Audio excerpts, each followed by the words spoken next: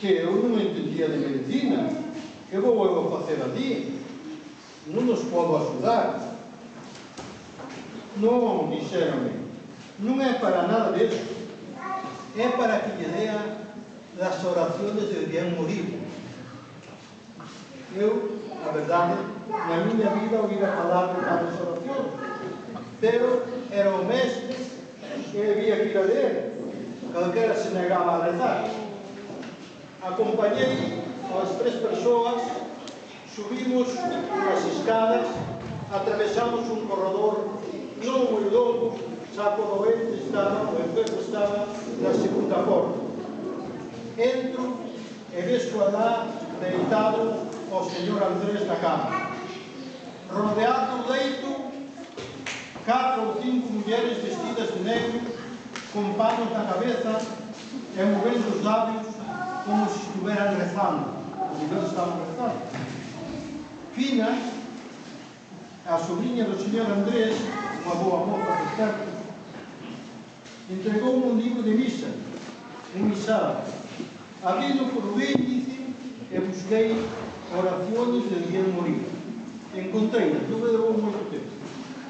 Alabou a página e as comecei a ler. Oraciones de bien morir, e sigo leendo unha retaída de peticións para que o doente non sufrira máis. Eu día e ao mesmo tempo, por o rabillo do ollo, iba mirando o enfermo. A respiración, a medida que día, iba sendo máis suave. Ao menos era o que a mí me parecía. Seguía lendo e, efectivamente, o señor Andrés non respiraba xa con tanto traballo. Non estaba forzando. O aire entraba e saía dos seus pulmóns con suavidade. Antes de que acabara de ler, o señor Andrés deixou de respirar. O seu semblante volveu-se plácido e tranquilo. Morrera. Eu mesmo non podía creer que aquilo fora produto das miñas oracións.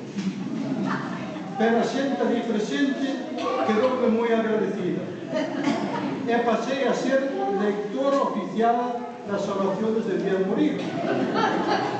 Menos mal que aquel curso non volveron a necesitar dos meus servicios.